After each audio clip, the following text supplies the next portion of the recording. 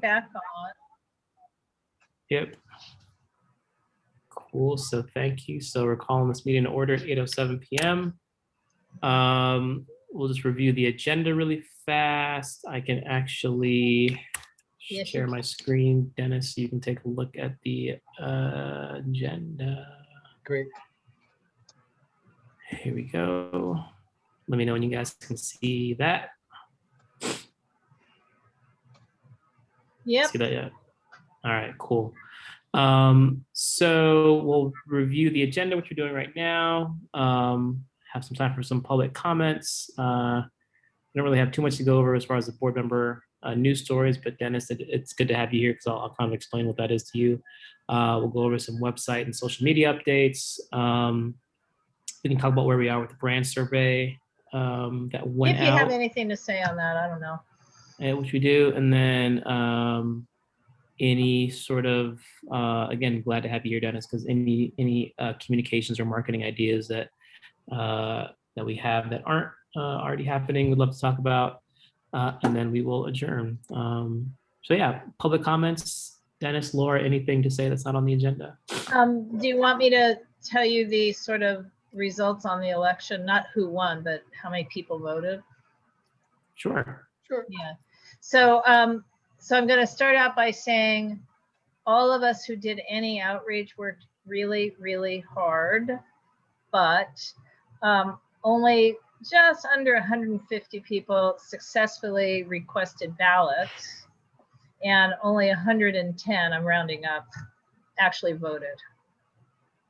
So, you know, that's far below the number of hits that may have been done on social media, and certainly far below the number of people on the emails who got all the emails over and over again about, you know, do it. And, yeah, you know, and well under the number of people would have seen signs. So what at some point, soonish, but not this month, will UNNC will write some sort of policy recommendation about vote by mail to, you know, let's not do it this way again as a sole, you know, I mean, we have to take a vote at the board, but. Yeah. I mean, I think removing a whole step from this two-step process would probably benefit us some. I mean, I think, you know, looking at the numbers overall aren't super impressive, but having 110 people vote out of the 150 that requested ballots, that's not a horrible drop off. You know, so I mean, I think that's kind of encouraging, but we just need to make that barrier a little less high. You know, I will say they're going to get a report at done, and I'm now taking more than my 2 minutes. Different parts of town had different results in terms of the confusion of how to get a ballot. And the clerk really struggled, the clerk's team really struggled with accurately interpreting the ballots people were asking for. So with our election was fine because we were pretty straightforward. You're either you either live in the area or you don't, and you vote at large or you don't. I mean, in other words, that's it. You're either eligible or you're not eligible. But Nandasi, for example, they have a completely different system. You can live, work, go to school, and attend church in a region and get to vote in the region. And the clerk misinterpreted that and gave out wrong ballots. And on election day, the last day, literally, there was a guy driving around town handing people corrected ballots. by one example. But there was a neighborhood council in the valley that had 1,000 voters. So I think. Wow. Yeah. So I think, I mean, in other words, this is not, my recommendation is just personal, but my recommendation is don't eliminate vote by mail, but don't have it ever be the only way to vote. And having in-person voting is just really important in South LA, I think. You know. Laura, and the other thing that happened in Nandasi, and also maybe in other parts of mid-city as well, people didn't understand what neighborhood council they belonged to. And so I've heard from more than one person that when they did that pull down menu, well, I live in West Adams, so they clicked West Adams Neighborhood Council. Yeah. Including the provost at Mount St. Mary's did that. So, you know, I mean, so it's not about education, it was just about knowing.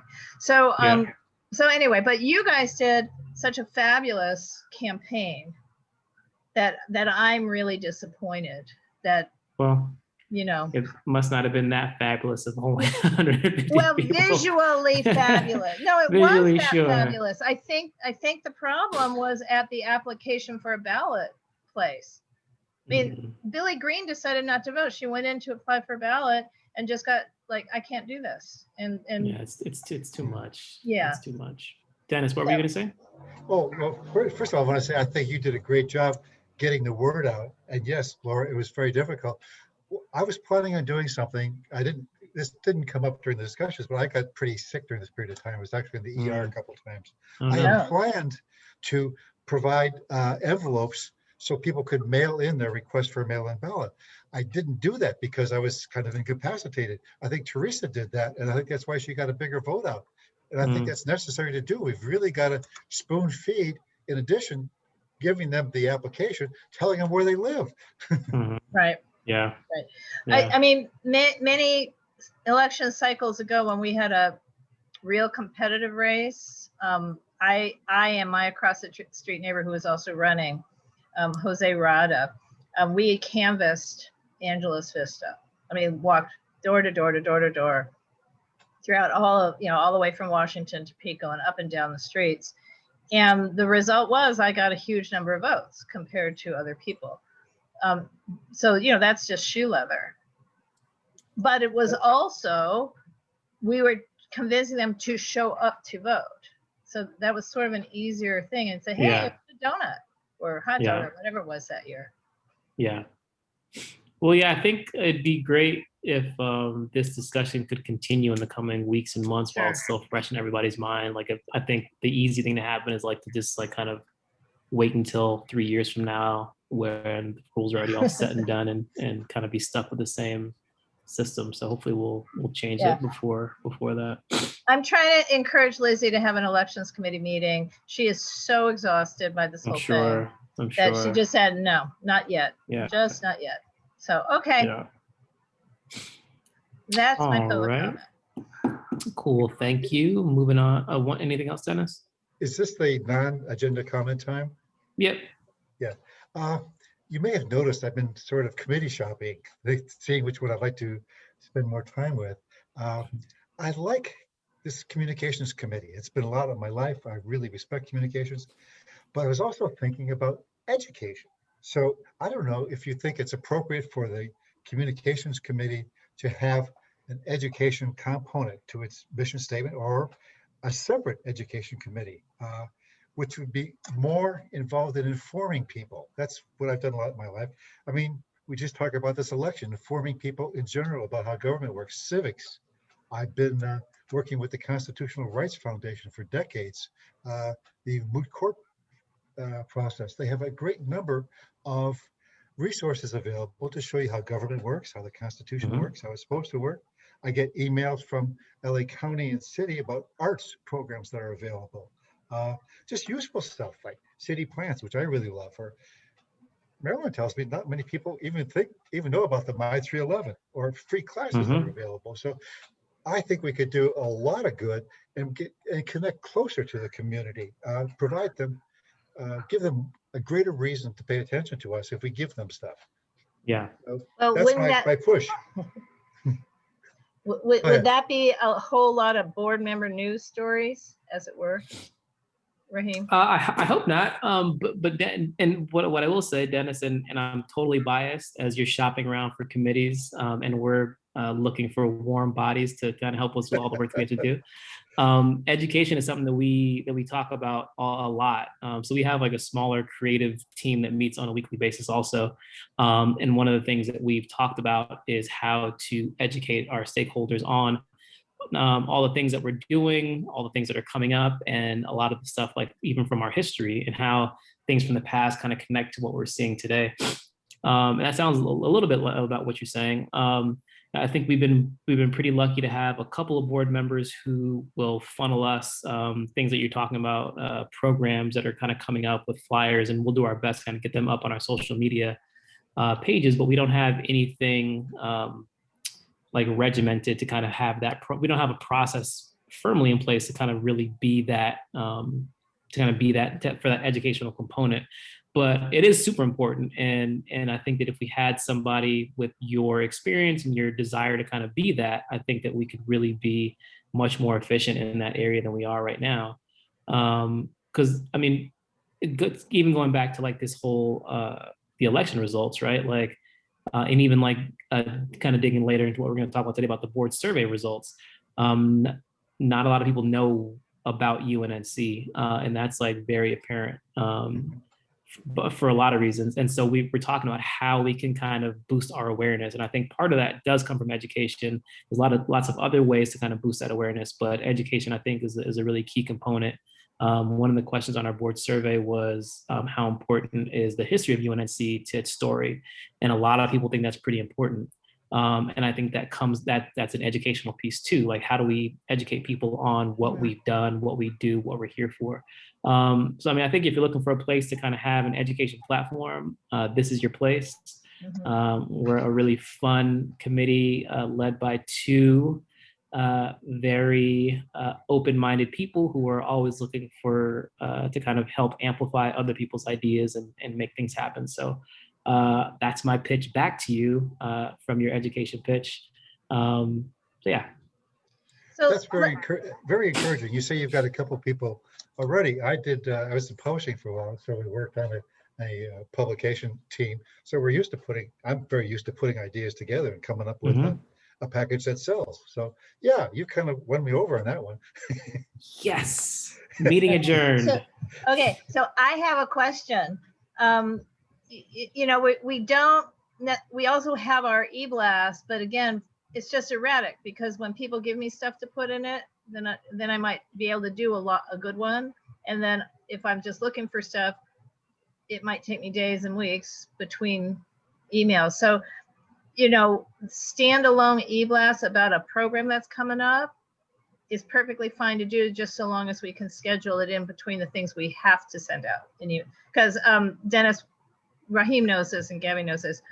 On our MailChimp, we can only do one email max per 24 hours, and also can only reach X number of people in a month because it's a free account. You're breaking up a little bit there, Laura. I know. I'm getting a notice saying my internet is unstable. I don't know why, but there it is. You might want to turn off your audio, Laura. I mean, your video, Laura, so we can hear you. Okay, I can do that. Does that help? Keep going. Keep going, yeah. Okay, yeah. One way to bring me out of the meeting. No, anyway,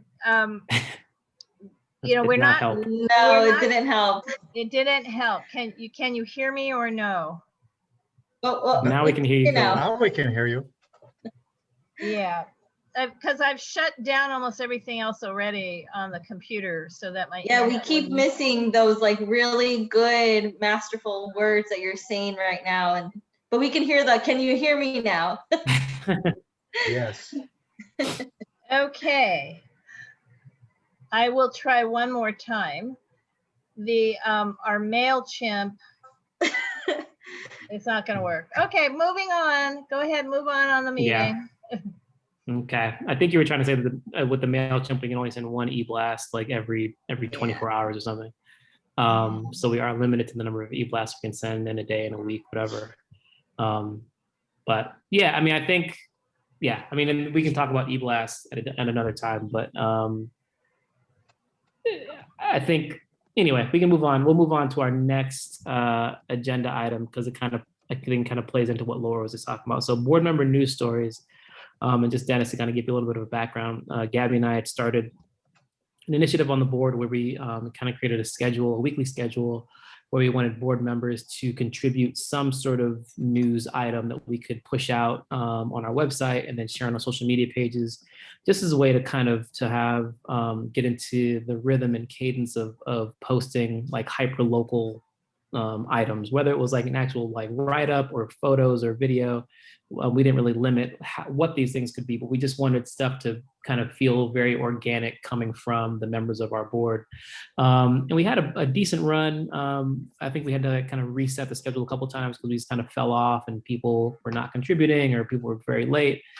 We had a decent run. What was the measurable metric though, when we have our webmaster kind of pull monthly analytics on our website, and it was pretty true every single time that we had a board member news story posted and shared, traffic on our site was up. So people are interested in what we have to say as individuals more so than like just sharing something else from someplace else. I think there's something to say about us creating stories and telling the stories that are of the things that are happening in our neighborhoods. But it's an initiative that Gabby and I we've kind of lost our fire for chasing down every week. It's gotten tiring having to like chase individuals to submit stories and to then edit them, and like just chase the whole chasing down just kind of became a little bit too much of a lift for us. So we scrapped the idea as a calendar, but we're still encouraging board members to submit stories if something of interest comes up. I think depending on this new board, if the new board kind of shows some initiative and shows an ability to kind of keep to a schedule and really do this, I think it's something worth revisiting, because again, it proved to really be super effective in getting a response and getting people on our website and on our social media pages. So that's what that standing agenda item is. We keep it on our agenda every month just to kind of like talk about it and kind of see where we are with it. Gabby, I don't think we had any news stories this month that came from anybody, right? No, we didn't hear from anyone, but we usually, try to post something if we get it. Yeah. And I'm looking now, but I didn't see anything. And yeah, also I'm sorry, go ahead. No, I was gonna say I don't recall receiving anything either. But. Yeah. Okay. Go ahead, Dennis. Can I just say hi to Gabby? I haven't met you before. Hi. Hi, Dennis. Nice to meet you. Welcome. She's our highly esteemed co-chair of the communications committee. Yeah. Sorry, I can't take ownership of that right now because I've been so MIA, but I'm here. Yes, you can. Well, anyway. Good. Raheem, it's a comment to something you were saying about getting people to contribute. I suspect that if you got, for example, I've ran as an area representative for the Harvard Heights essentially area. And I think if you asked board members that represent an area to contribute something, they would feel more of an obligation and there'd be more of a response to it. Yeah, you would think. All the board members were included in this initiative, both Sure. at-large reps and area reps. And it's kind of we can go back and look to kind of take some data away from this, but I think it's probably a crapshoot as far as who contributed. I wouldn't say that the area reps contributed more than the at-large reps or vice versa. I think it might be a pretty even split if we did go back and look at the numbers as far as who contributed. But I mean, it's a good thought, and maybe the thinking is I think what does maybe work a little bit better is if instead of asking one area rep to do something, maybe we ask the pair of area reps to come up with something together. That way, there's somebody else there to kind of like bounce an idea off of, or just like help encourage along, or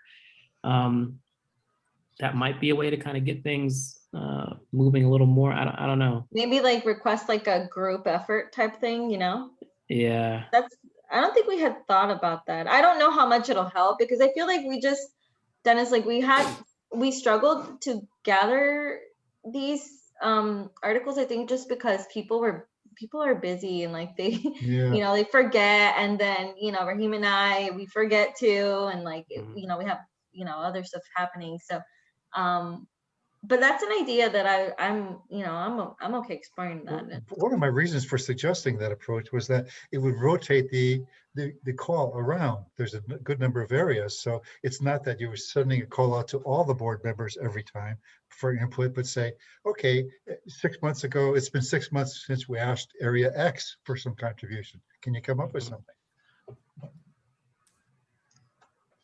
Yeah, and you know what? If you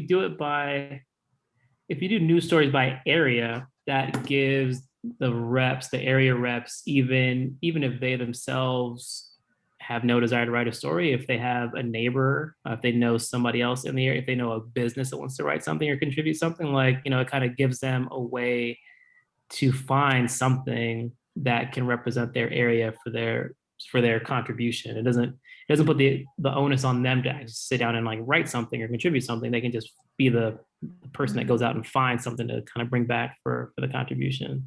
Excellent. That's great. That sounds really good. Yeah, I like that idea. Cool. Thank you, Dennis. Yes, Laura. Let's see if my connection's better. I've just disabled another computer in the house. The committee chairs or co-chairs ought to also be contributing because, you know, I had never gone to all the committee meetings in the entire time I'd been on the neighborhood council until this whole Zoom thing, and now I'm hosting. But I can't tell you how interesting almost all the committees are, and they're having speakers. They're doing great, interesting stuff in the meetings, and it would seem to me that, you know, after some of these presentations, somebody could write up the presentation, and frankly, and do a link to, you know, when we had the Garden School Foundation, not at the board asking for money, but we had a 30-minute presentation from them at the environmental committee, and fascinating stuff that they're doing over there at the 24th Street School. And I actually asked Rachel, the person from Garden School Foundation, if she would want to write a story, and I can circle back now that school is out. You know, we don't have, I mean, we can, there's just interesting stuff. We've done both Homelessness Liaison Committee and Zoning and Planning have each done presentations on ADUs, for example, from different coming obviously from different perspectives. These are all things we're not putting on our website, and why not? These are all things people are interested in. And I notice that at the committees, when they have these kind of speakers, there's also more attendance. So it's another thought. It's just that the people who are running committees are already doing an awful lot of work. So they might say, oh, no, I don't want to do this too. But those would be the interesting stories. And yeah. And then I too, I mean, Dennis, the problem is that we all think we're going to do great stuff. And then I'll email Gabby and Rahim and say, no, there's this great story and I'll write it. And then I never do because my work gets in the way. Yeah. And sometimes That's the story of everybody. Oh, great. but we're happy to accept you, Dennis, into our group and our team. Right. Thank you. Need all the help.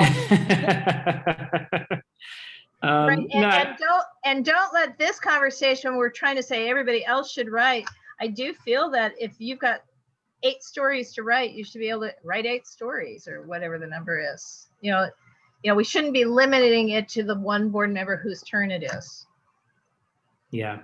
No, I mean, this is a good reminder, and Dennis, I appreciate the perspective you kind of brought to kind of freshen up this idea for us. But yeah, I think it really just comes down to us almost like curating what stories we can kind of create each month, like whether it's things that are happening at our governing board meeting, there's, you know, things that we're funding for that month, events that we're going to be funding, nonprofits we're giving money to, interesting committee meetings. Like it's kind of, we have to, Gabby and I and whoever else in the committee, just it's really a job to kind of like curate those things and figure out what is worthy of kind of getting on as a story. So maybe this will be the invigorating breath that we needed to kind of get back on that as we kind of move forward. So thank you again for that. One question. Sure. No one, I haven't heard anything regarding how much of a story is expected. Perhaps if you told people 250 words would be great, you know, it would help. That's what we've told them. I think it was 250 words was always the recommendation.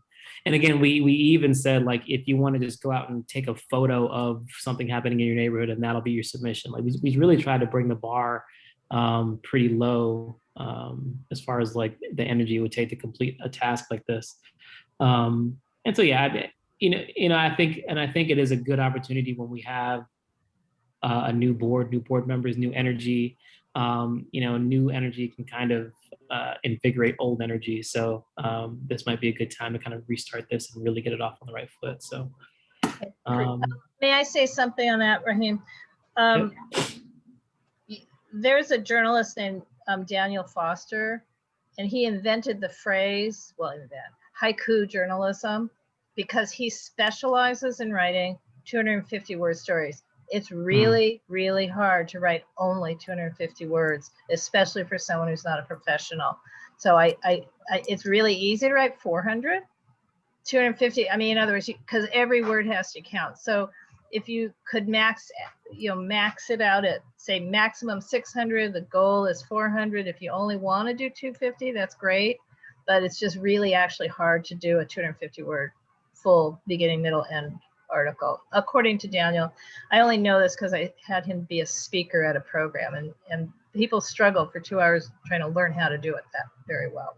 So yeah, and that's fair. I mean, I think we're also just not looking for professional journalistic entries. So I'm just I think, saying, like, if you imply that they have to be only 250, it's really well, no, really and that's not hard. what we're saying. But I think the optic, like if you're asking somebody to do something, the optics of like, hey, this has to be at least 500 words versus it can be as little as 250 words. I mean, I think that will be, again, we're talking about like barriers for people to do stuff. I think like the 250 words makes it a more palatable assignment than something longer. Maybe, I mean, you tell them 250, maybe they come back with 500, that's fine.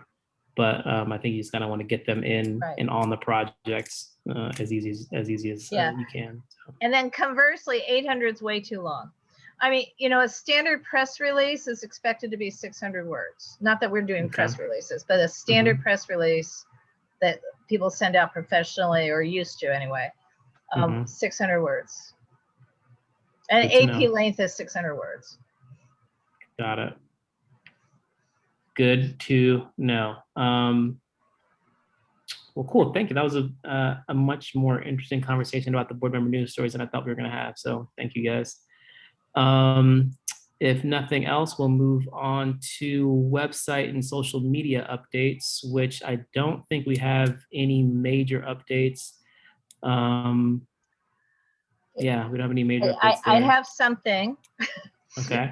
Lizzie and I had sort of pre-drafted an email to go out to the new board members, and then I had to cut a whole paragraph because one of the things we were going to ask them to do was, write their little bios for our website. But I did check the website.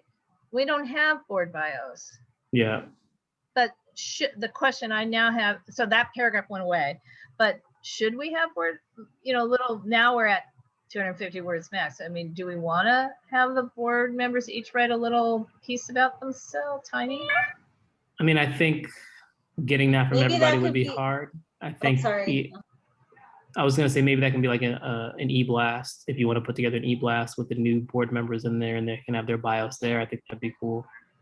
But yeah. Because you're going to redo the whole thing. I mean, it's also so far out of date, as you know. It could be a board member news story. Your board member news story. Yeah, not what I mean. I mean, I looked at it.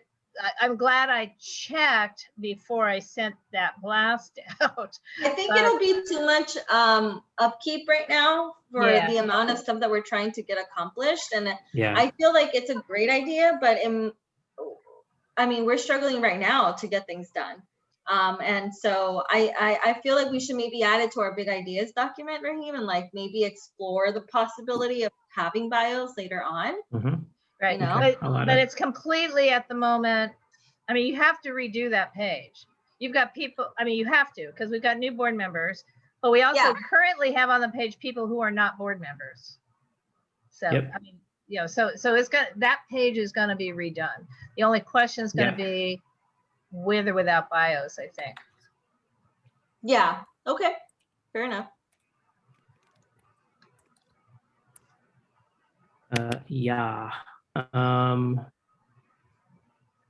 Because what I don't know, you guys know this better. When Ann and Doug go in and redo the page, if we then 4 months later say now add bios, is it as if they're starting over again? That page is a pretty strict template. Adding bios they'd have to move to probably a completely new template, unless it was like a pop out or something, a pop up. Yeah. All right. Mm-hmm. Yeah.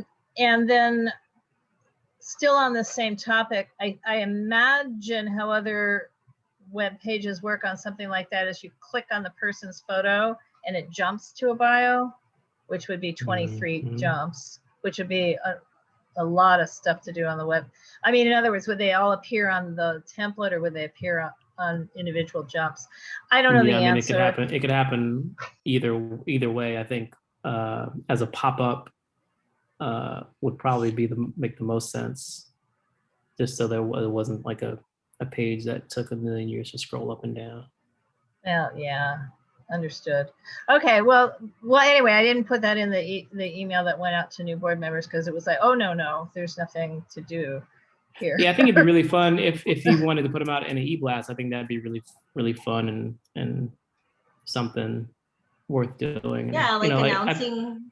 Mhm. Announcing. And we can put it on our website. We can put it on our website. We can put it on our social media. Oh, That you're would be cool. saying meet the board. I should send an Yeah. e-blast, meet the board. Got it. Mhm. Or the new board. The new, members. yeah, Well, the new board. the yeah. new and renewed, but yeah, Right. right, because they can meet me too. I mean, in other words, we haven't done that. Mm-hmm. Yeah. Yep. Okay, Yep. Meet the perfect. board. Okay. Gabby, any other website or social media updates? No, I have a couple of pending posts that well, one went on my actual personal, and Oops. the other one I just found something that I wanted to post on, which I'll send you a draft of, Raheem. But yeah, nothing major, just trying to get stuff on there. Yeah. I'm back from, taking time off, so You look very rested. I'm actually tired today, but we had like a mini emergency with my brother, but we're all good now. So Okay. yeah, I'm glad everything's okay. good. Ready to help.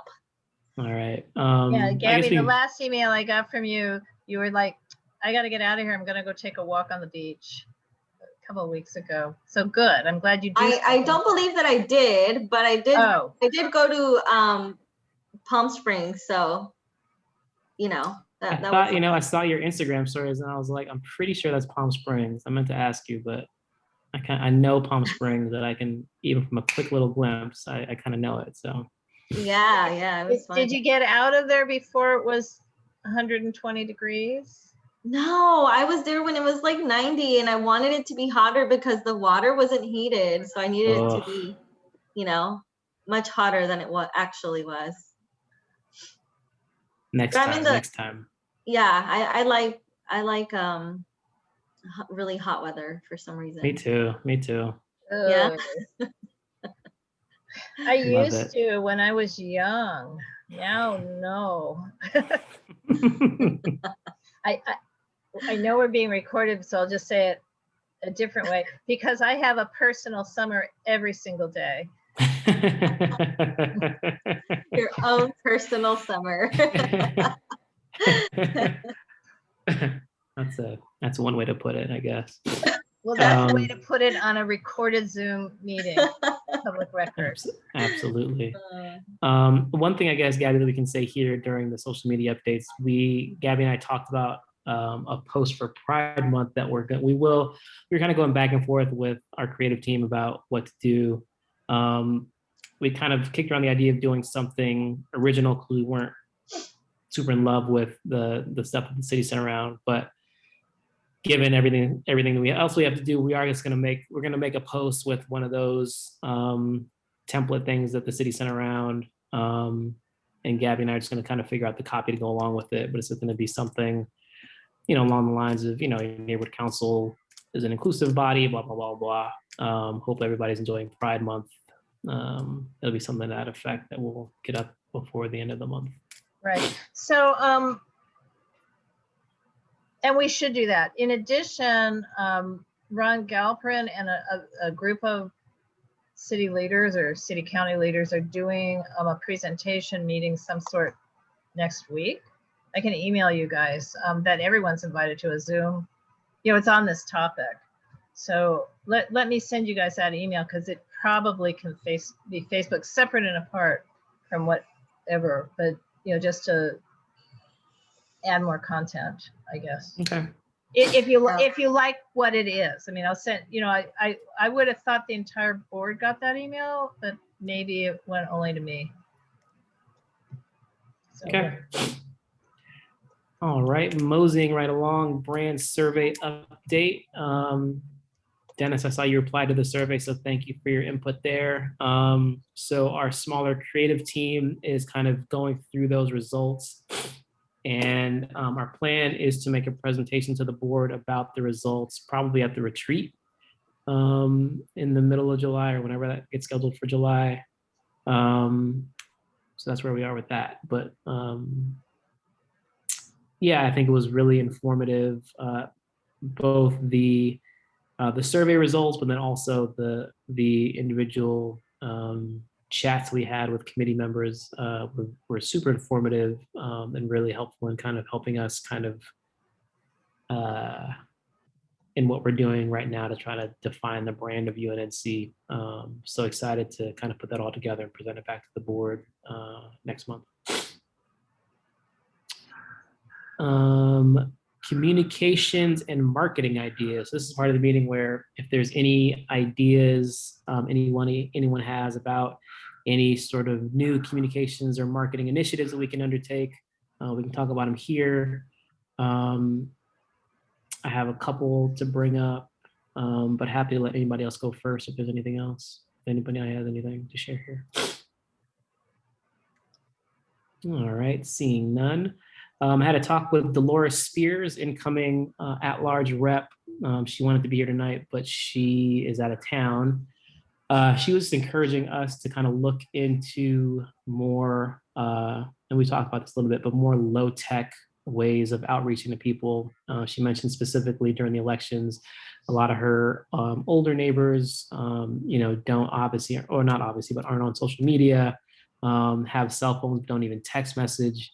So she was just encouraging us to look into some low tech ways. Like this? Exactly, that phone, exactly. Encouraging us to look into some other low tech ways of reaching out to people. She mentioned robocalls, which sounds super expensive.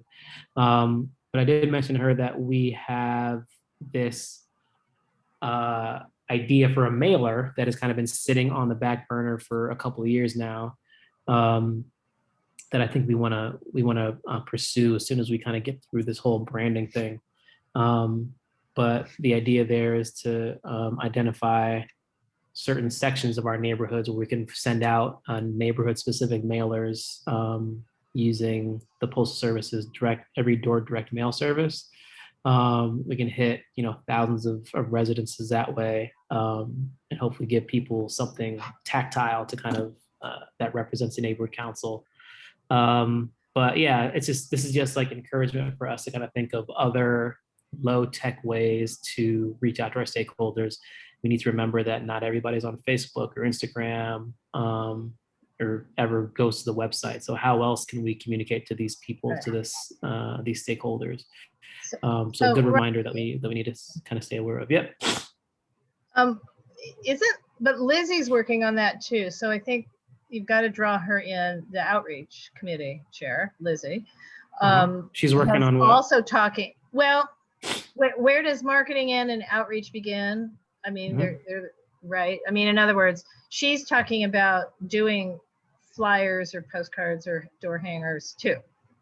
So let's just make sure that conversation becomes a single conversation. That's all. Yeah, I think that sure. We can focus on the method of distribution. I thought we already established this, but we focus on the method of distribution for the messaging that she comes up with. So the outreach is like the sort of the strategy for messaging, all that. But I think it would be great if we can collaborate all together. I hope so too. So the other sad thing is, of course, we don't have any money hardly this year. Yeah, but we will next year. We didn't feel it so much this fiscal year. We had the same budget, 32, but because in COVID we hadn't spent our money, we rolled over almost $10,000. Plus we encumbered $4,000, for the KYCC. So our budget we didn't feel the pain of having 32 because we really had 45. But this year we spent it all. We're not rolling anything over, or if we do, it's only because possibly we won't have finished the paperwork on one of those three, any one of those three MPGs can roll over, but it still would be allocated to the MPG. Yeah, so- I think the good thing about any sort of mailer project is, we can kind of do it as big or as small as we can Right. afford to. Like if we can only focus on one area for this year, that's fine. We can do an area per year, as inefficient as that might be, but like we can kind of scale it up or down depending on what the budget will allow. Well, the other thing is back to canvassing. I mean, in other words, it's also possible to think about shoe leather, where we have a focused, we go to, someplace, we go door to door and leave the flyer or door hanger or whatever it is, or talk to the people. I mean, that's another thing. And I should, so just so you're thinking about this as well, Hugo, in his hat of Economic Development Committee, also wants to do outreach to like Oaxacan businesses on Pico Boulevard. I mean, so, in other words, it's not just geographic, and it's not just a single message, and it may obviously not just be a single language. So, but that, I feel that we might be supporting him with paper, as it were, but that would need to be a canvassing effort, not a mailing effort. Yeah. Speaking of the of, devil. Lizzie's on her way in the room. Here Yeah. she comes. Yay.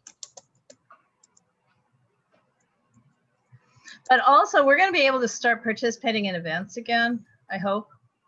I mean, business is open. Government is not open yet. I don't know if you know that Governor Newsom, when he signed the emergency order reopening business last week, he signed a new emergency order keeping government virtual and continuing to suspend the Brown Act until September 30th. So we're, yeah. And I would say at least, but it's suspended till September 30th. But physically, I think we'll be able to start having tables at events again. Not necessarily sponsoring and paying for events, but we may be able to go to the farmer's market and have a table to hand stuff out at. I think so, yeah. Yeah. So hi, Lizzie. Hello, I'm sorry. I totally fell asleep. So we're on number I meant 6, to be here since the beginning. I love your honesty, Lizzie. And you were here in spirit, so it's totally I okay. did my homework. I fell asleep. I'm so sorry. I love it. Totally fine. Totally. Don't apologize. Fine. You're allowed to sleep and get rest, Yeah, absolutely. But funny enough, Lizzie, we were just talking about, I mentioned that I talked to Dolores this week, and she was just encouraged. She wanted to be here tonight, but she's out of town. She wanted to encourage us to kind of think about some low-tech ways that we can outreach to people. And so I was mentioning, this committee had come up with a template for a mailer. That project has kind of been sitting on the back burner for a while now, but it's something that we'd love to kind of re-engage once we get our branding all figured out. I think that'd be a great first order of business after that.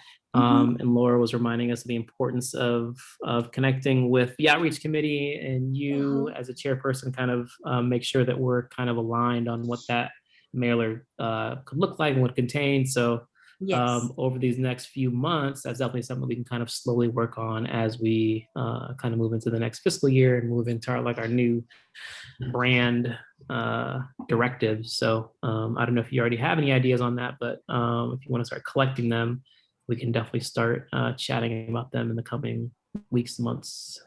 Sure. Yeah, cool. Thank you for the heads up. Sorry? Thank you for the heads up. And yes, we'll be working together on that. So thank you for, letting me know. Perfect. What's up, Laura? Well, I was going to say, to the extent, you know, we were able, UNNC was able to not spend money lots of times over the last 2 decades. Whenever we want to do a flyer, CD10 just printed it for us. This has gone away. However, the simpler some of this material is, I mean, literally, if it's still just flyers, there's, you know, I can print 100 at a given moment, for example, not 2,000. But, you know, we need to, for this year, when we have such a tight budget, think about things that can be inexpensively printed as well. So while I love door hangers, you know, if they're bright red, for example, they're very effective. They're extremely expensive because of the die cuts and everything. You know, they're 6 1/4 by 19. It has a die cut, so it can hang on a door. So they're visible, but they're really expensive to produce. Whereas flyers aren't as easy to make people read, but much less expensive to produce. So there's got to be a balance. Yeah, I think, you know, once we kind of get some design ideas out there, Right. I think we're going to have to kind of be smart about how we do it for sure. But I think it is really important. Presentation is very important, and especially Yeah. when you're trying to get somebody to engage with something. And so, yeah, I think maybe we're not printing, you know, 150,000 really nice flyers, but maybe we'll print 1,000 nice ones, and you know, we'll kind of scale back from there and kind of. But yeah, I think that's something that we'll definitely keep in mind. Dennis, go ahead. I have kind of a basic question here. When we're talking about outreach and marketing, are we making this a two-way street? Are we asking people to let us know what they need from us or what requests they have, or are we just selling ourselves? Yeah, and I think, I mean, my personal opinion, I think to be most effective, you should be, it should be 2 ways, especially, you know, the quote unquote business that we're in. I think people want to hear that we can help them with their issues and problems. But I think taking that a step further, the question is like, what mechanism is set up to kind of receive that input? Is it, I mean, we have ways of people communicating with us. We have a phone number, we have email addresses, we have a physical mailing address, but like what's really set up to kind of have a deluge of input come in and then like effectively addressed. So I think that's one of the other things that kind of held up this mailer project is like, we realized like when you put something out there like that out there, you have to have things set up to kind of deal with what comes back from that. You can't just like have this pretty glitzy flyer go out there and not be ready for the responses to come back to. So yeah, so it is a pretty big undertaking, and a lot of questions like that we need to kind of think about and have answers to, and put kind of like mechanisms in place to be ready for it. Right, and then obviously, I don't think we need to rethink MailChimp, but what we have the same number of subscribers today as we did before COVID, which is kind of a miracle. We didn't lose lots of people. We lost some, we gained some, and it's like literally about the exact same number. You know, so every couple of days somebody signs up, every couple of days somebody unsubscribes. And so that number ranges from 1,065 to 1,080. I mean, it's just going back and forth the whole time I've been president, but really I wasn't paying attention until COVID, where that was our only way of communicating because we weren't meeting in person. And we can go up to 2,000. What I know as well, because I look at each email results, is that we have, depending on the email, between 150 and 250 people who open each one. Are they the same 200 people? Are they different 200 people each time? I have no clue. And we see in the MailChimp how many open. I can actually see who opens. When I say I have no clue, it's because I don't have the time to go and look. Someone could take the time and look and see who's really opening, because it actually retains that information. I can say Dennis opens. I can put in Dennis's name and see what emails he's open. Also, you can see if they've clicked through. But that's still not very many, whether it's 150 or 250, whether it's the same people or different people, it's not a lot of people out of 80,000. You know, if we were to get more people signed up for the email, we can't use the free MailChimp. So, you know, we have a different balancing act with that. It's a good problem to have, though, probably. Yeah. Anyway, we only have a few more minutes. I do have a couple more things to bring up. And Lizzie, this next one is something that I think we talked about before, but I want to kind of officially connect with you offline about it. We'd come up with this idea now that we're kind of coming out, that we are coming out of COVID. We want to have a day of block parties throughout our neighborhoods, and we want to figure out how we as a neighborhood council could sponsor that. Mhm. And so as we talk about, especially like coming back to the MailChimp, we only have 1,100 people on there.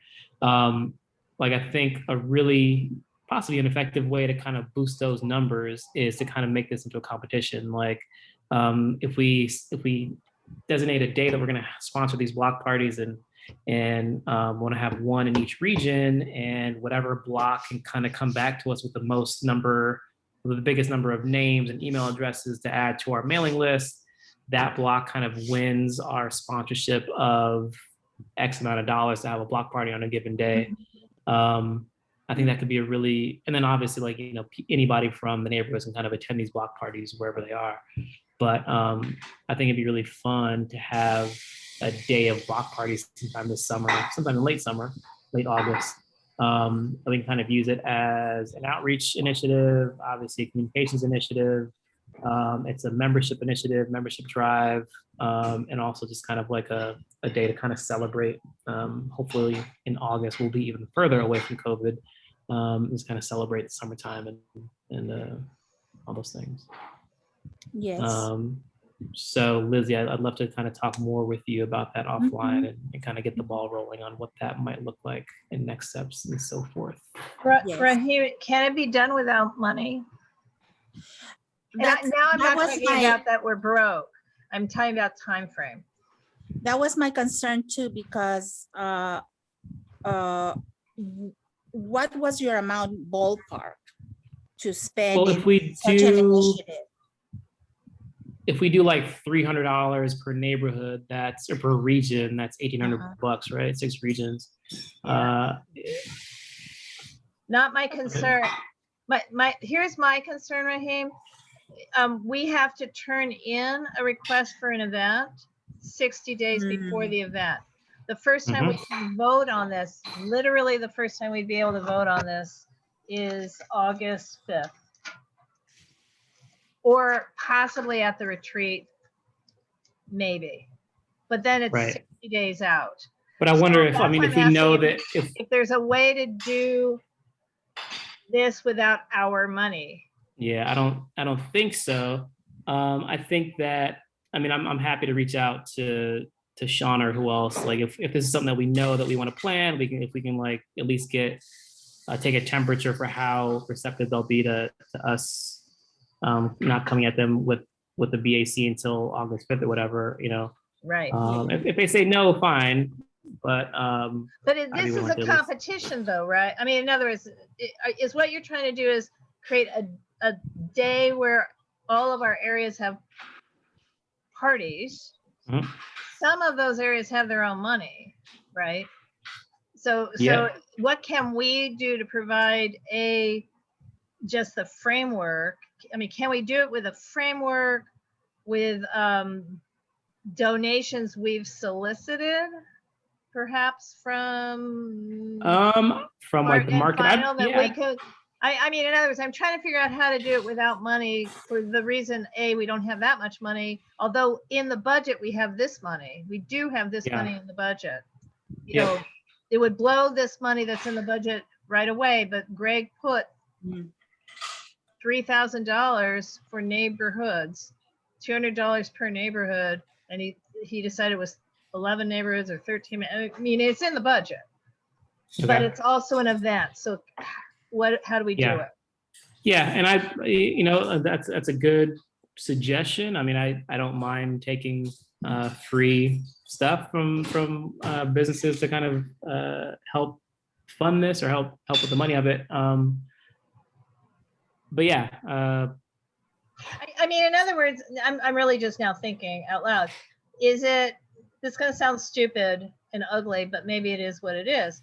Maybe what it is everybody has a block club party and neighborhood cleanup, and our donation is we work with the city to get 9, I'm making up a number, whatever the number would be, of the big dumpsters, one in each neighborhood, so people can empty their garages and put it, the way the Avenues did it a couple of years ago. They had a day Yeah, of cleanup and hot dogs. Yeah, and I think like, Because that I costs us think those 0. are, yeah, I just think that from like an interest standpoint, those are kind of interests that are on different ends of the spectrum. Like if I Right. want to go relax and have a hot dog, I don't also want to go clean up my garage. Yeah. True. Maybe that's just I'm me. I making don't this know. up as I go along. No, I know, and I Trying to like figure- the creative thinking, and you know what, this is something we can continue to talk. I love continue Mhm. Right. continue to talk about Because this one of the offline. things environmental committee wants to do, just so you know, because it would fit right in with this, is that two of our environmental committee members are now growing seedlings for, I'm forgetting the name of it, the little butterfly bush that attracts the monarchs. Milkweed. Right, but they're growing in little pots. We want to go to some event and give away the little pots with UNNC stickers on them and the little plants. So, you know, I mean, in other words, having venues to do stuff like that is what we need. But how do we do it without the whole 60-day in advance thing? Yeah, the 60-day thing I'm less worried about. Yeah, I feel like we can make that happen just because I'm an optimist. But I like thinking creatively about how to kind of lessen our financial impact. So yeah, you know, happy to include you on the next Right. conversation I have with Lizzie about it for sure. Well, and another thing I'm thinking, you know, we could provide the tables and chairs, but we could ask the council office to pay for that, for example. We'll help You know, you I mean, ask if them you're to pay having a for hot block dogs and club hamburgers party, too. Yeah. you need a place to sit down, whoever you Yeah. are. Well, I wonder how much else we could ask the council office to pay for. Yeah. Well, Well, you know, we can ask, and Yeah. you know, the Well, worst thing they can say is no. Lizzie, doesn't Dolores have a good relationship with Mark directly? Judging from the time we met him here on our blog, that was the first time they were meeting each other. Oh, okay. Yes, so So it comes back to me because I'm the one on our behalf building the relationship. I thought Dolores had a strong inside no, channel. she knows a lot of people from I guess from the political world, you Right. know, from LA's political world. But in this particular case, I think I don't think they had met each other. I mean, obviously Dolores knew about him, and I think that was what I remember happening, that she told him, I know about your work, and I think I mean, she we shared can- some of her own participation in City I mean, Hall. if we need to build a relationship with the council office, I don't, Yeah. I think that it's very simple to just show up, and, you know, Raheem and I, we can go and like talk to someone about the funding. So I Send an don't, email. Yeah. yeah, or send an email, or, you Yeah. know, just, That's a good, Yeah. I like that suggestion. We'll definitely take that up. And so what I'll do right after this meeting is I'll start an email chain just about this day of block parties with Gabby, Laura, Lizzie, Dennis, if you'd like to be included also, I can include you. If you don't, totally fine. Just so we can kind of start spitballing some ideas and kind of assigning some Right. But next yeah, tasks 'cause I and think- such. I think if what UNNC is offering it would be those basics, a couple of tents, some tables, some chairs, if we can do, and then in 6 different places, you know, 6 different neighborhoods, maybe the neighbors could take on the rest, you know. I'd love to just, I think you have to sell this as like, look, neighbors, show up. Like, you know, I think like, if it's like, hey, organize, bringing food and all this other stuff. It just, again, these barriers that we talk about, like people don't even know who we are. Like we need to make Right. this as easy as possible for people. Like, hey, show up, you have some free hot dogs and hamburgers and iced tea, whatever it is, you know? Yeah. So I think we need to try to get to that place so that we can really make it interesting to people. Right. I'm not disagreeing with you. I'm just trying to figure out how to actually do it. No, I think you have some good ideas already. The councilman's office and getting sponsorship from Spartan Final and or the market right here. Right. I think those are two really solid ideas. So thank you for those.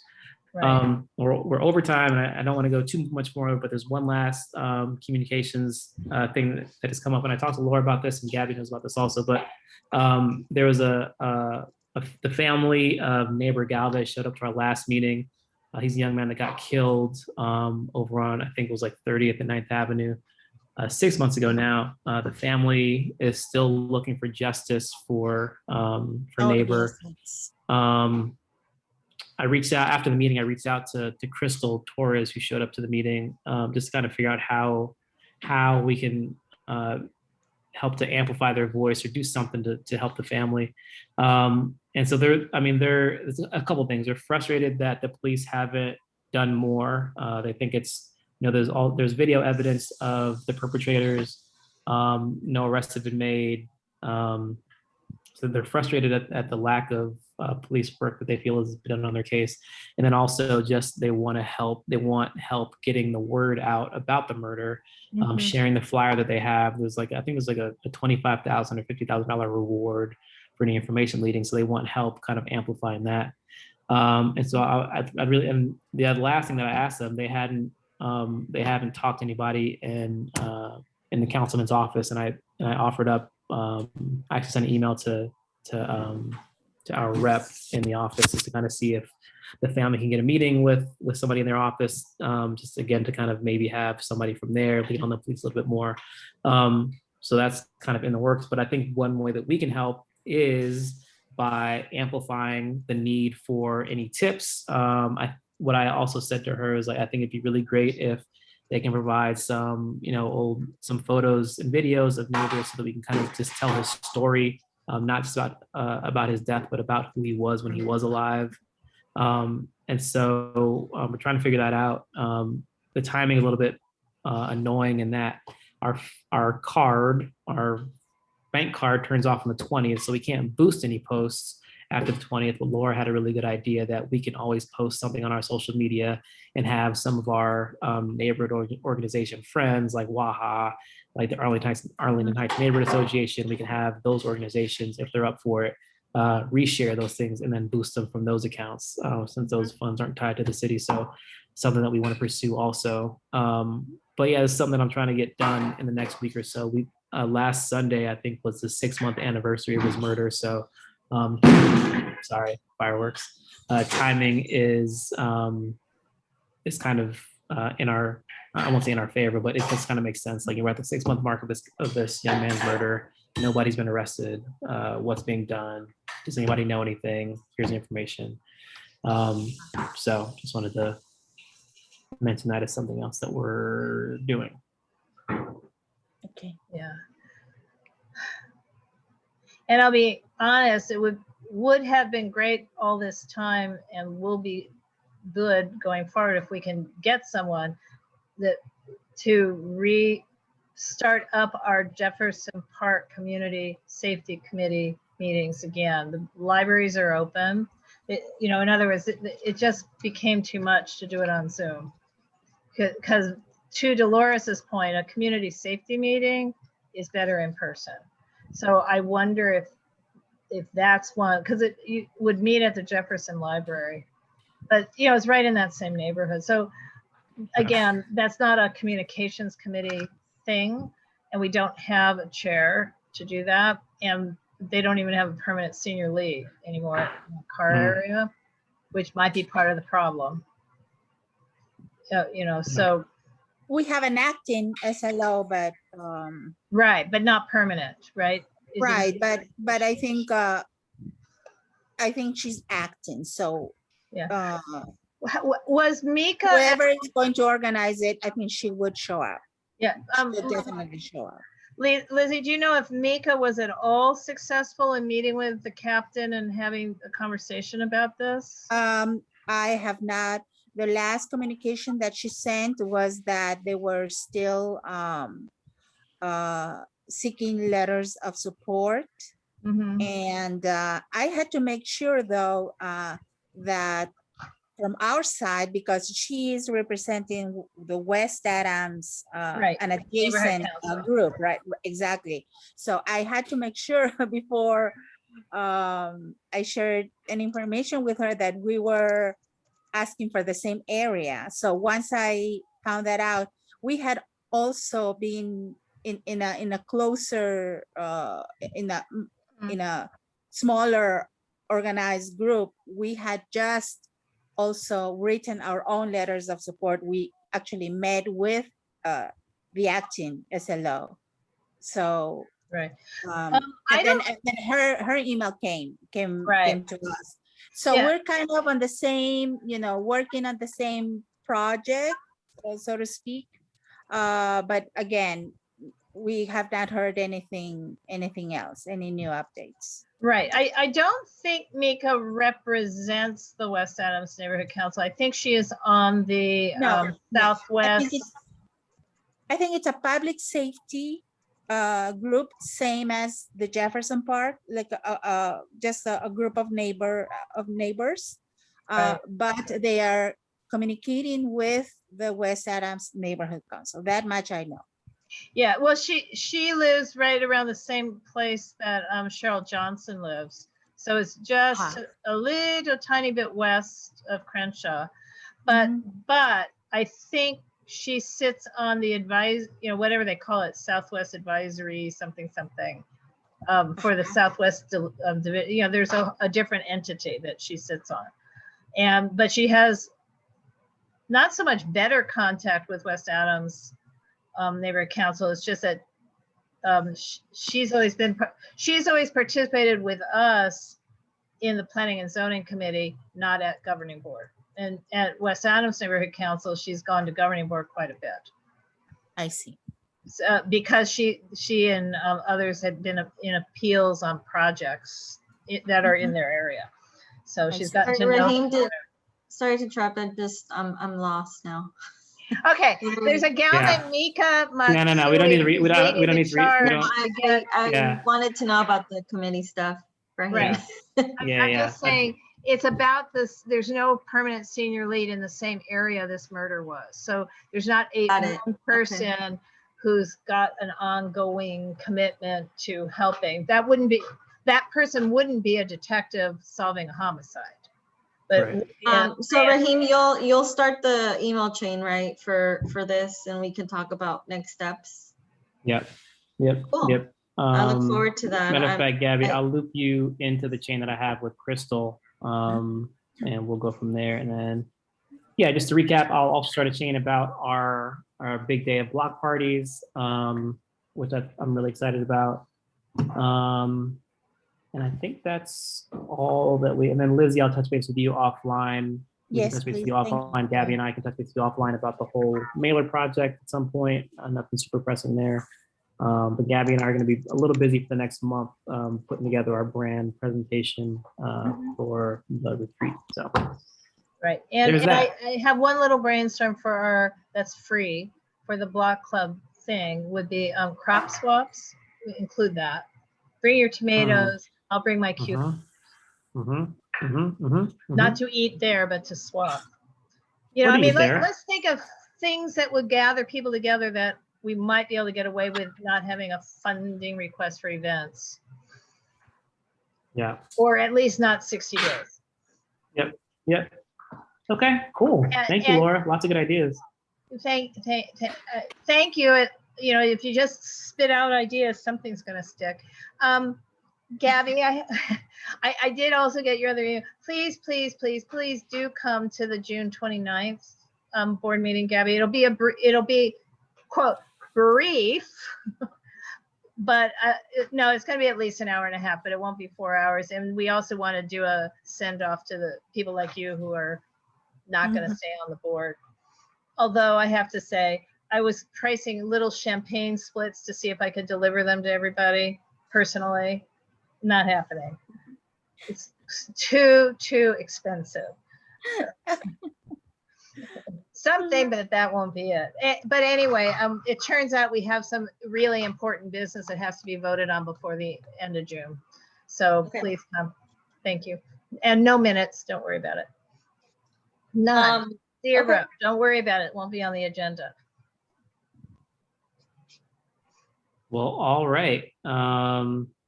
Thank you all for attending this communications committee meeting. Dennis, welcome, and thank you for all your input and your suggestions. Look forward to hopefully having you back.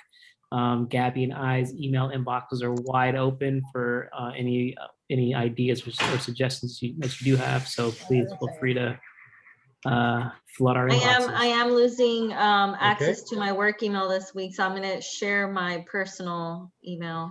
Oh, but you know, Gabby, your UNNC email will stay on, so I can just shift that over to your Gmail if you want, or if you have a different Oh email. yeah, just let me that know. would be great. Yes. Back to your please. Gmail? Okay. Yeah. Sorry, Sorry. I have one other question actually. Yeah. Do you know when we switch committees back to in person, will you have access to the underground museum again? I know you don't know tonight, but I need Yeah, I to. don't know. But they're asking me to create a list of meeting locations as part of the admin packet. So the answer may be no, but if you want to check in, if you want to. Yeah, If you don't want I to would check just say in, then no. it won't Yeah, be I would there. say no. I would say no for Fine. now. Yeah. Perfect. Okay. Okay. All right, All everybody. right, guys. Thank you so much. Thank you. Have a good night. Bye. Thank you We'll all. keep in touch. Take care. Alrighty. Be well. Bye-bye. Bye-bye. Good night. I'm ending the meeting now. All right. Thank you.